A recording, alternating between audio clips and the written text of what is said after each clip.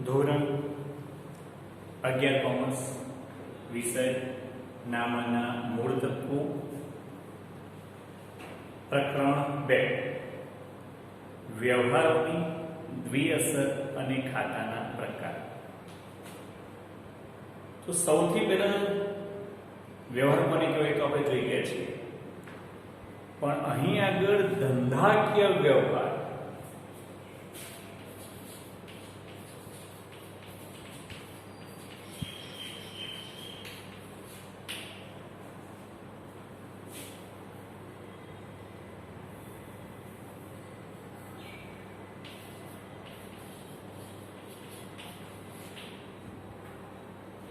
ધંધાકીય વ્યવહારને ધ્યાનમાં લેવામાં આવે છે। એટલે કે ધંધાકીય કોને કહીએ કે જે વ્યવહારમાં નાણાકીય બાબત આર્થિક બાબત સંકળાયેલી હોય તેવા વ્યવહારને આપણે ધંધાકીય વ્યવહાર તરીકે ઓળખીએ છીએ। અહીં આર્થિક બાબત સંકળાયેલી હોવી જોઈએ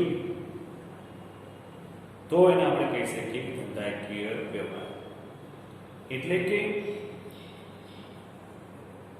બે કે વધુ વ્યક્તિઓ વચ્ચે વસ્તુ કે સેવાની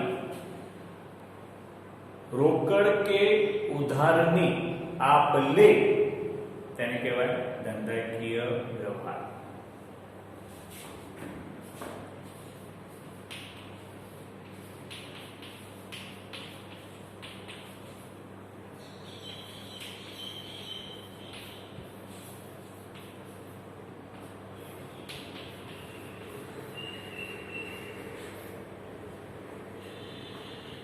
ત્રણ વસ્તુ મુખ્ય છે।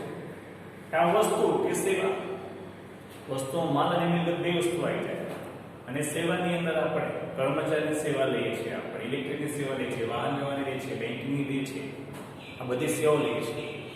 એની રોકડમાં કાં તો ઉધારમાં રોકડા નાણાં ચૂકવીને કાં તો નાણાં ચૂકવવામાં ન આવે એની ફેરબદલી થાય તેને આપણે ધંધાકીય વ્યવહાર તરીકે ઓળખીએ છીએ। ખ્યાલ આવે વિદ્યાર્થીઓ? તો અહીં ધંધાકીય વ્યવહારનું વર્ગીકરણ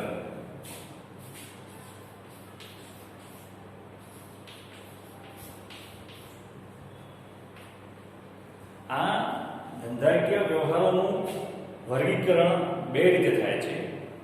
એક આર્થિક વ્યવહાર અને બીજું બિન આર્થિક વ્યવહાર।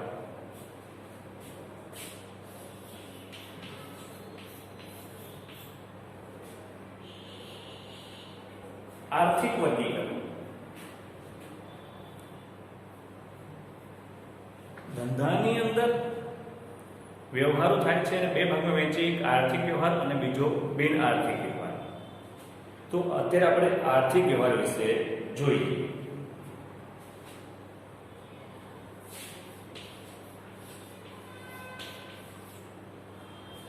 આર્થિક વ્યવહાર તો આર્થિક વ્યવહારની અંદર રોકડ, ઉધાર અને અન્ય વ્યવહાર। રોકડ વ્યવહાર અહીં આગળ આર્થિક વ્યવહાર ત્રણ રીતે થઈ શકે કે રોકડની આપ-લે કરવામાં આવે તો રોકડની આપ-લે થતી હોય તેવા વ્યવહારોને આપણે રોકડ વ્યવહારો તરીકે ઓળખીએ છીએ। યાદ રાખી લેજો, શું? રોકડ કે ચેક બંને વસ્તુ આવી જાય। ચેકને પણ રોકડા કહેવાય અને નાણું હોય, કાગળી નાણું હોય એને પણ રોકડ કહેવાય। તો અહીં વસ્તુની, નાણાંની ચૂકવણી થઈને જે વ્યવહારો થતા હોય તેને રોકડ વ્યવહાર તરીકે ઓળખીએ છીએ। આર્થિક વ્યવહારની અંદર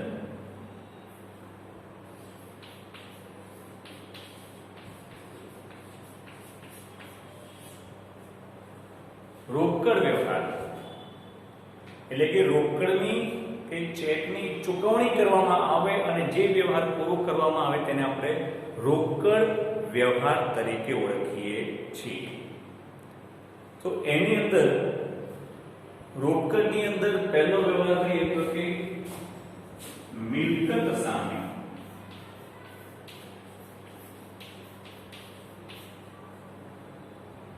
પેટા મુદ્દા આવતા જતા હોય છે. જોઈ લો એકવાર. જો વિદ્યાર્થી ખ્યાલ ધ્યાન રાખજો. તમને વ્યવહાર વિશે ખબર પડી ગઈ. ધંધાકીય વ્યવહાર એટલે ફરીથી વસ્તુ એટલે કે મિલકત કે માલ હોઈ શકે કે સેવા હોઈ શકે, એ બધાની રોકડ કે ઉધાર ની ફેરબદલી થાય તેને આપણે ધંધાકીય વ્યવહાર કહીએ છીએ. સમજો. પછીનું વર્ગીકરણ છે આર્થિક વ્યવહાર અને બિન આર્થિક વ્યવહાર. જે વ્યવહારમાં નાણાકીય બાબત રોકડ કે ઉધારની સંકળાયેલી હોય, ચૂકવણી અત્યારે થાય છે તો રોકડ વ્યવહાર અને પછી થાય છે તો ઉધાર વ્યવહાર, તો તેને આપણે આર્થિક વ્યવહાર તરીકે ઓળખીએ છીએ. યાદ રાખી લેજો. હવે રોકડ વ્યવહાર એટલે કે નાણાં આપવામાં આવે કે ચેક આપવામાં આવે તેને આપણે રોકડ વ્યવહાર કહીએ છીએ. સમજતા રહેજો. બીજું મિલકત સામે.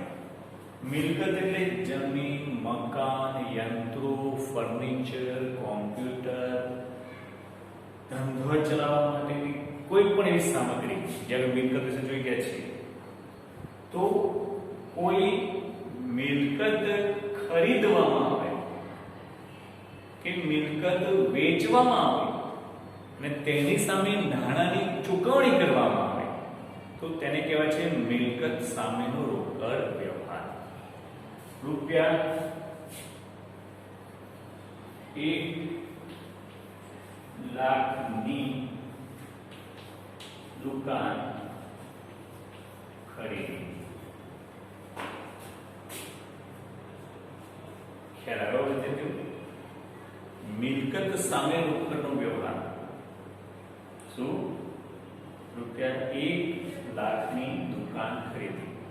જે દુકાન છે એ આપણા માટે મિલકત છે. જમીન, મકાન, યંત્રો, ફર્નિચર, બરોબર. ઇવન આપણા ધંધા માટે આપણે 500 રૂપિયાનું કેલ્ક્યુલેટર ખરીદીએ એ પણ આપણી મિલકત કહેવાય છે. તો અહીં આગળ મિલકત સામે રોકડનો વ્યવહાર એટલે મિલકત ખરીદવા માટે કે મિલકત વેચવા માટે આપણે રોકડની આપ-લે થતી હોય તેને મિલકત સામેનો રોકડ વ્યવહાર કહેવાય છે.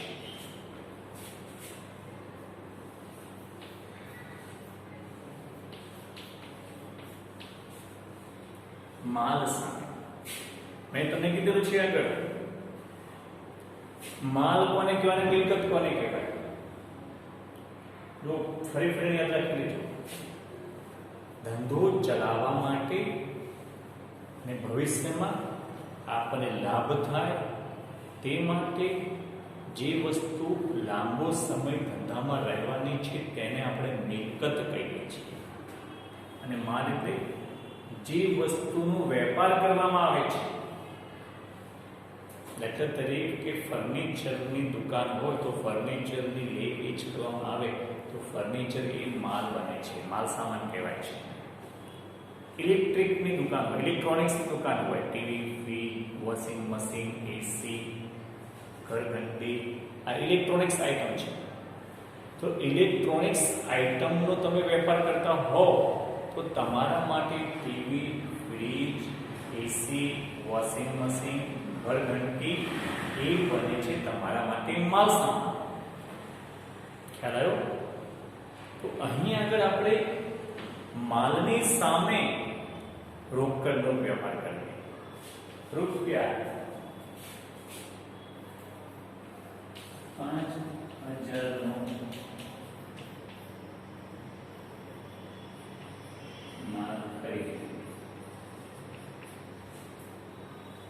શું? ₹5,000 નો માલ ખરીદ્યો. અહીંયા જે માલ શબ્દ આવે છે એટલે કે જેનો તમે વેપાર કરો છો તે વસ્તુ અહીં માલ તરીકે બને છે.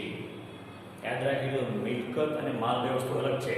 જ્યારે મિલકતનો વ્યવહાર થતો હોય તો જે તે મિલકત ખાતે ઉધારને જમા કરવામાં આવે છે, અને માલનો વ્યવહાર થતો હોય તો જ્યારે માલ આવતો હોય તો ખરીદ ખાતે ઉધાર કરાય છે, અને માલ જતો હોય તો વેચાણ ખાતે જમા કરાય છે. યાદ રાખી લેજો. ફરીથી કહું છું, મિલકતની ખરીદી, જમીન, મકાન, યંત્રો, ફર્નિચર કે કેલ્ક્યુલેટર, તો તે વખતે મિલકત, જે તે મિલકત શબ્દનો ઉપયોગ કરવો પડશે તમારે. એટલે મિલકત ખાતે ઉધાર બી જમા કરીશું આપણે. અને જ્યારે માલની અવરજવર થતી હોય, માલ આવતો હોય ત્યારે ખરીદ ખાતું ઉધાર કરીશું, અને માલ જતો હોય ત્યારે વેચાણ ખાતું જમા કરીશું. યાદ રાખ, ખાસ માલ, મિલકત એવી રીતે અલગ પાડવા તે. બરોબર. ત્રીજું છે સેવા અંગેના.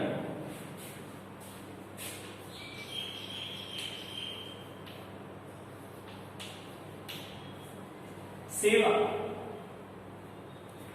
એટલે કે કોઈ વસ્તુની આપ-લે થતી નથી, પરંતુ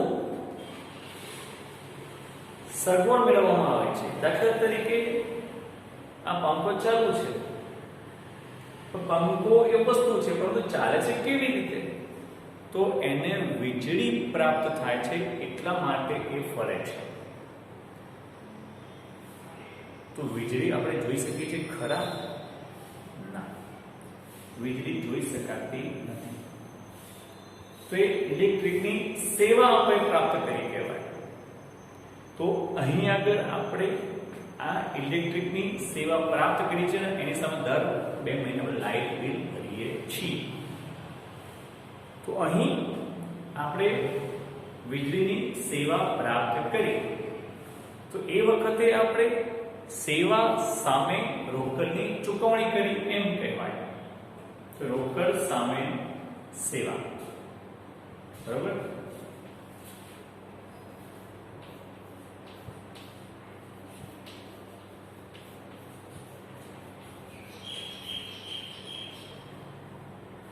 ₹1,000 વીજળી બિલ ભર્યું. કર્મચારીની સેવા.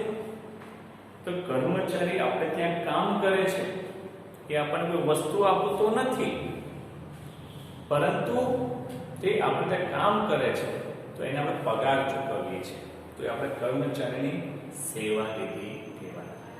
તો આવી રીતે રોકડના વ્યવહારો ધ્યાનમાં લેવામાં આવે છે. જોઈ લો એકવાર.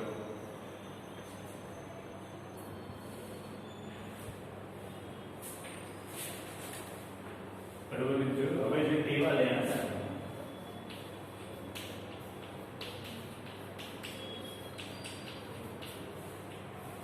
હવે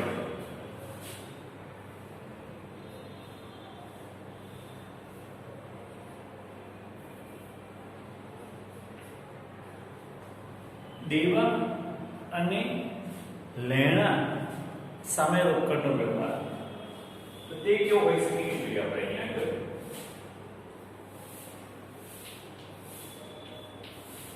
દેવા એટલે કે જેને પૈસા આપણે ચૂકવવાના બાકી છે તેને દેવા તરીકે ઓળખવામાં આવે છે. તો અહીં દેવું એટલે પૈસા ચૂકવવાના ક્યારે બાકી રહેતા હોય છે? જ્યારે ઉધાર ખરીદી કરી હોય, આપણે માલ સામાનની ઉધાર ખરીદી કરી હોય ત્યારે નાણાં ચૂકવવાના બાકી હોય છે, તો એ આપણું દેવું કહેવાય છે, અને દેવા તરીકે ઓળખાય છે.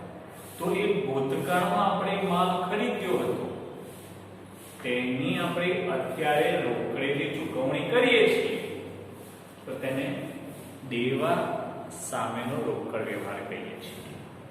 કેવી રીતે લેણા?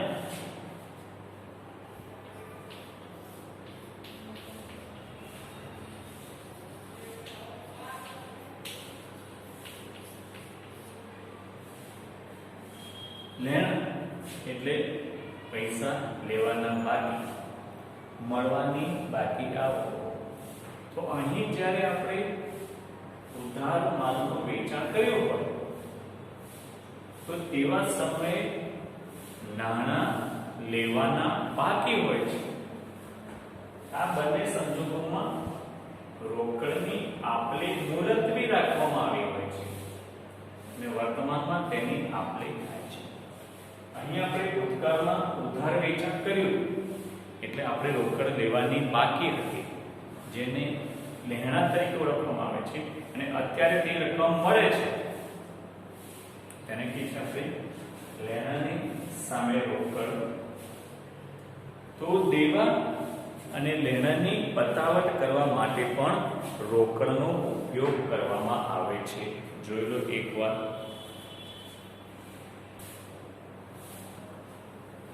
હવે જોઈએ ઉધાર વ્યવહાર.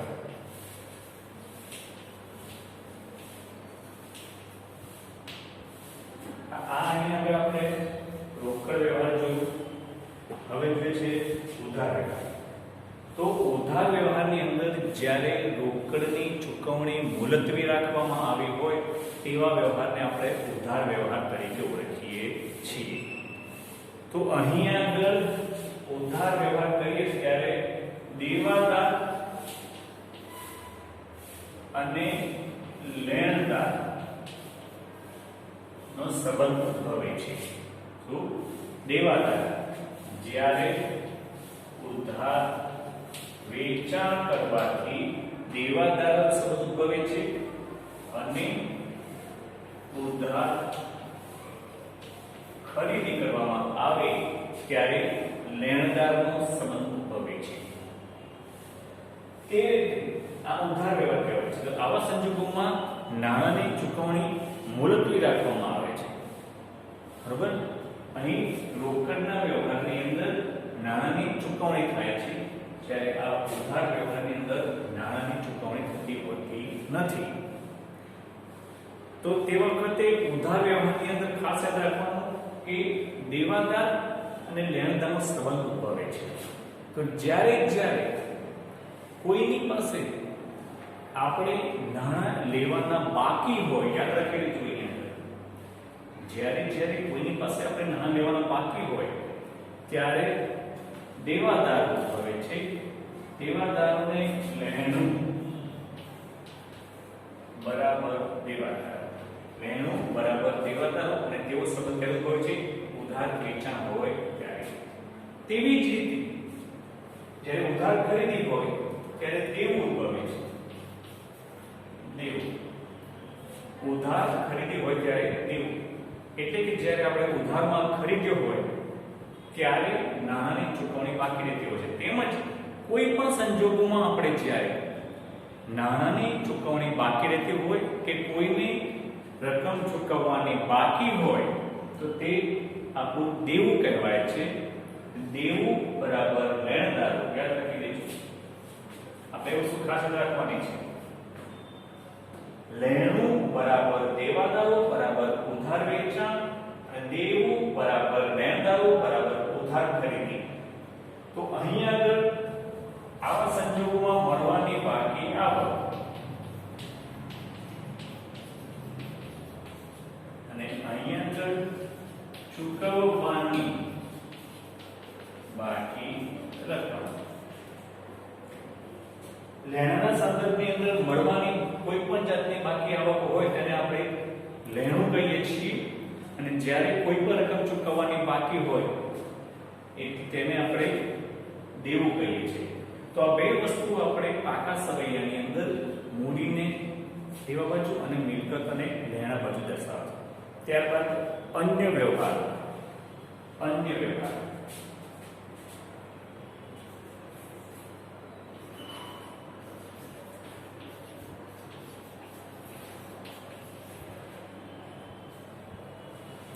અન્ય વ્યવહાર એટલે અહીં આગળ રોકડની આપણે થતી નથી,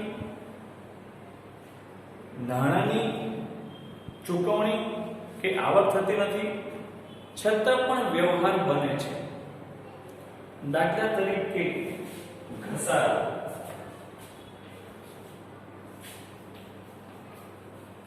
અહીંયા આગળ જ્યારે મિલકતો પર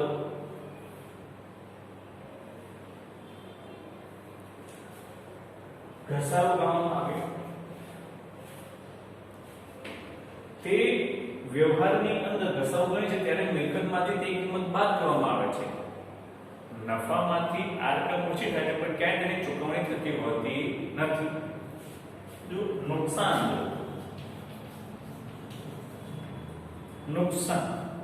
એટલે આવા સંદર્ભમાં અહીંયા આગળ નુકસાન એટલે કે જ્યારે ચોરીથી નુકસાન થવું, માલ ચોરાઈ જવો, વરસાદનો માલ પલળી જવો, માલ અન્ય રીતે આપવામાં આવે તો તેને આપણે અન્ય વ્યવહાર તરીકે ઓળખીએ છીએ.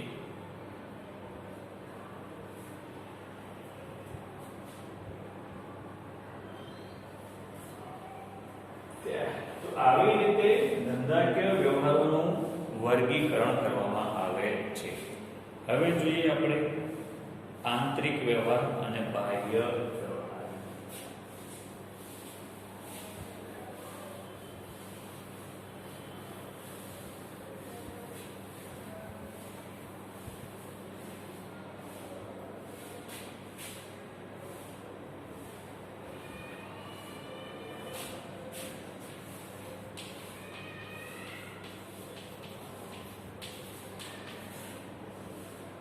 આંતરિક વ્યવહાર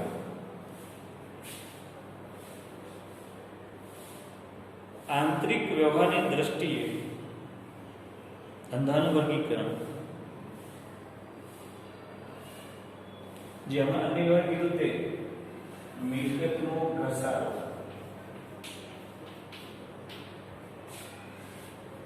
મિલકતનો ઘસારો ગણીએ કે આંતરિક વ્યવહાર ગણવામાં આવે છે.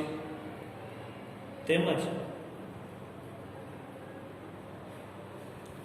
મિલકતને નુકસાન થવું,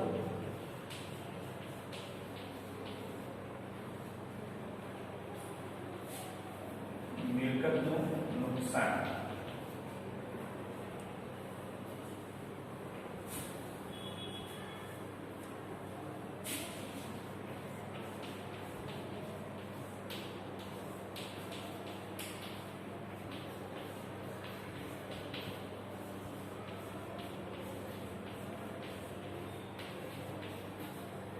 મિલકતને નુકસાન થવું, મિલકત તૂટી જવી, મિલકત ભાંગી જવી વગેરે મિલકત નુકસાન. મિલકત અપ્રચલિત થવી, અપ્રચલિત એટલે શું? દાખલા તરીકે અત્યારે આપણે જોઈએ તો મોબાઈલ સ્ક્રીન બે પ્રકારના આવતા મોબાઈલો, એક ટચ સ્ક્રીન વાળો મોબાઈલ અને કીપેડ વાળો મોબાઈલ. શરૂઆતમાં જ્યારે મોબાઈલ નીકળ્યા ત્યારે આપણે સ્વિચો દબાવતા હતા, એને કીપેડ વાળો મોબાઈલ કહેતા હતા. તો વર્તમાન સમયની અંદર હવે કીપેડ વાળા મોબાઈલ છે ખરા, પરંતુ લોકો ખરીદતા નથી, તો એને કહેવાય અપ્રચલિત. હવે એ વસ્તુ બજારમાં ચાલતી હોતી નથી. તો અહીંયા આગળ પણ જ્યારે મિલકત અપ્રચલિત થાય કે એકબીજાનું નુકસાન થાય તેને આંતરિક વ્યવહાર તરીકે ઓળખવામાં આવે છે. બીજું છે બાહ્ય વ્યવહાર.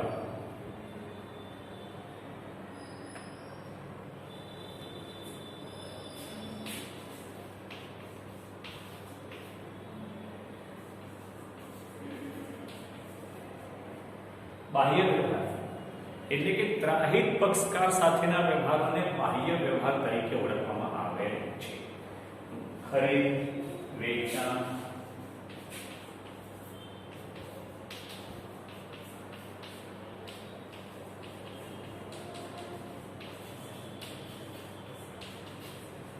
માલની ખરીદી કરવામાં આવે, માલનું વેચાણ કરવામાં આવે, તેમજ અન્ય પ્રકારના ખર્ચા કરવાની ચૂકવણી કરવામાં આવે.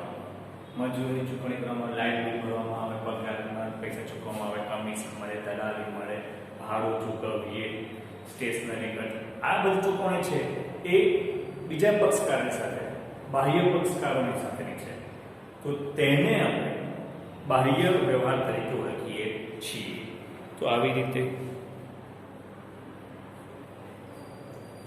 ધંધાકીય વ્યવહારોનું વર્ગીકરણ રોકડના સંબંધમાં ઉધાર, અન્ય રીતે વ્યવહાર અને આંતરિક વ્યવહાર અને બાહ્ય રીતે વ્યવહારોનું વર્ગીકરણ કરવામાં આવે છે. તો હવે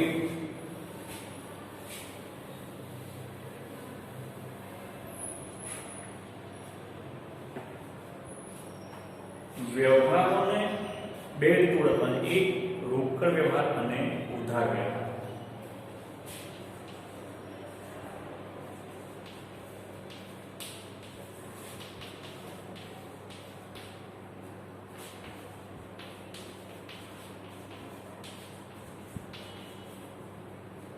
રોકડ વ્યવહાર અને ઉધાર વ્યવહાર. તો રોકડ વ્યવહાર કોને કહીએ? વ્યવહાર બે પ્રકાર રોકડ વ્યવહાર કે જે વ્યવહારમાં રોકડની લેવડ દેવડ થતી હોય.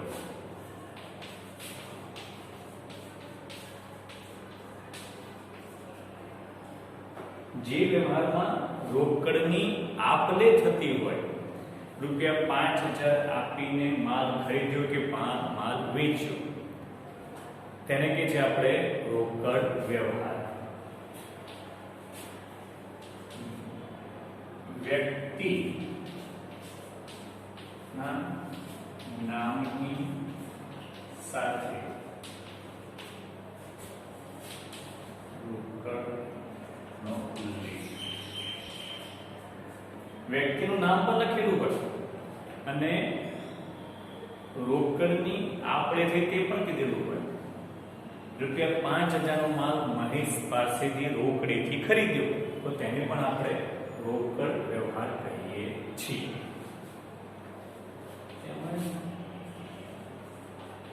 વ્યક્તિ અને રોકડ નો ઉલ્લેખ ન હોય, વ્યક્તિના નામનો પણ ઉલ્લેખ કરવામાં આવ્યો હોય અને રોકડ શબ્દનો પણ ઉલ્લેખ ન કરવામાં આવ્યો હોય, તેવા વ્યવહારને પણ આપણે રોકડ વ્યવહાર તરીકે ઓળખીએ છીએ.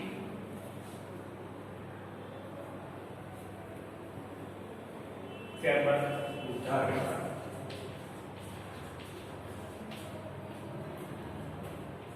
વ્યવહારમાં માત્ર નામનો ઉલ્લેખ.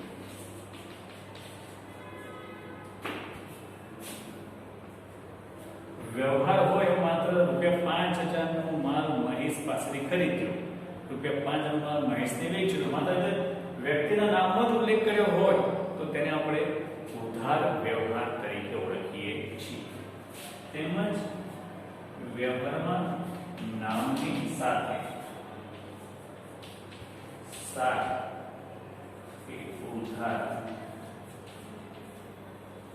શબ્દનો ઉલ્લેખ થતો. વ્યક્તિનું નામ પણ લખ્યું હોય અને આપણને સાત શબ્દનો કે ઉધાર શબ્દનો પણ ઉલ્લેખ કર્યો હોય તો તેવા વ્યવહારને આપણે ઉધાર વ્યવહાર તરીકે ઓળખીએ છીએ. તો આવી રીતે અહીંયા આગળ આપણે રોકડ વ્યવહાર, ઉધાર વ્યવહાર ઓળખી શકાય છે. આંતરિક વ્યવહારને બાહ્ય વ્યવહારને ઓળખી શકાય છે. આજનું તમારું હોમવર્ક છે રોકડ વ્યવહાર અને ઉધાર વ્યવહાર કેવી રીતે ઓળખાય તે તમારે તૈયાર કરવાનું છે. બરોબર. હવે આગળમાં જોઈશું આપણે વ્યવહારો કેવી રીતે ઓળખાય છે તે અને કેવી રીતે તૈયાર કરાય છે. આજનું તમારું હોમવર્ક શું? રોકડ વ્યવહાર અને ઉધાર વ્યવહાર કેવી રીતે ઓળખવા તે.